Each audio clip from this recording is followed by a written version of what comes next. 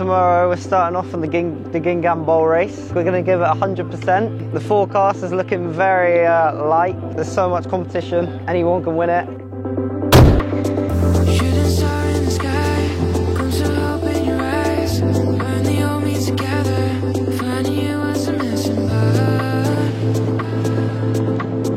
Great start out of Solent. We were having a really good race.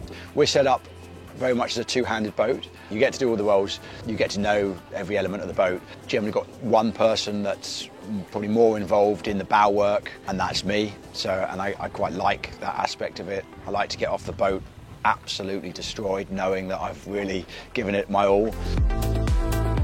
My name is Jerry Trontoso, and my boat is Long Courrier Equerre 43. I sail here for nearly 50 years. But it's a pleasure to come here. It's very important to sail again in the Solent, to see the tide, to see the weather, to really learn. Losing the depth sounder really early in the race, so literally going out of the Solent, which was fine until we got to Salisbury Bill, where we had to just nip in round the corner. So yes, it was very nerve-wracking. Obviously, new boat, draws a lot, 3-metre draft. So we had to have a lot of confidence in the charts. We had a cracking start just behind the line as the gun went. We had clear wind, we sailed very nicely for about 1.5 miles to 2 miles. It's been a bit light for us, if we're honest, but we've been doing our best to keep the old red bus moving, and we've now found a nice bit of wind, so with sunny shorts and t-shirt sailing, could be better. At the moment we've got the spinnaker up, an A2, which we've had for about the past hour and a half. But absolute champagne sailing conditions out here approaching the coast of Worthing. Yes, cracking stuff, really tight racing with the fleet, and I think there's a lot left in this race. Now there's a couple of lower handicap boats around us doing exceptionally well. Orbit with the 18-year-old Seb sailing. There's also a couple of other Cora, but we're quite happy with how we're going now.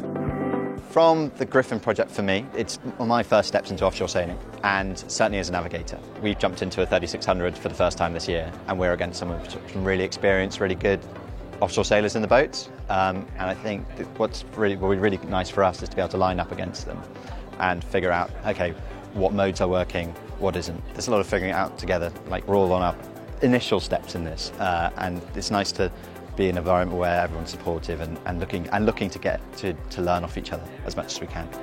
Now we are going toward West Princessa. Ideal conditions, really.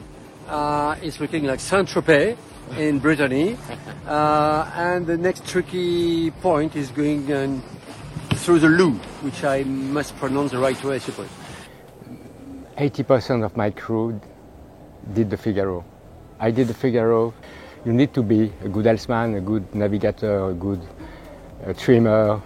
You need to change the sails, etc. It's a very hard race. You don't sleep. You learn to fight. So every crew has a good experience, and they know very well me, and I know them. So we can ask more when we are very close. The first race we've done, it's been a long time coming.